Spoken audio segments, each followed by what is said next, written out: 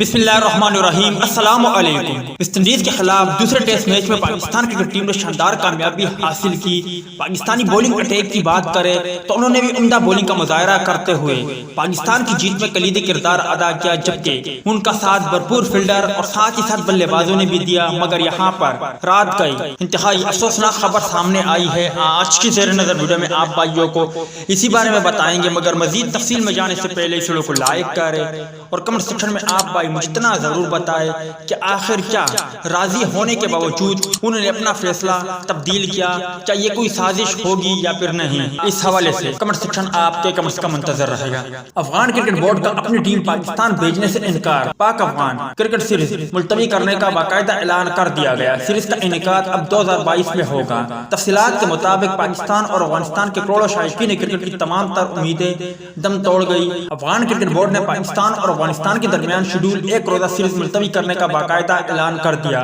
Media reports کے مطابق پاکستان اور افغانستان کے مابین one day cricket series Pakistan منتقل ہونے کی اطلاعات موصول ہوئی تھی۔ اطلاع تھی کہ سیریز کی میزبانی افغانستان ہی کرے گا۔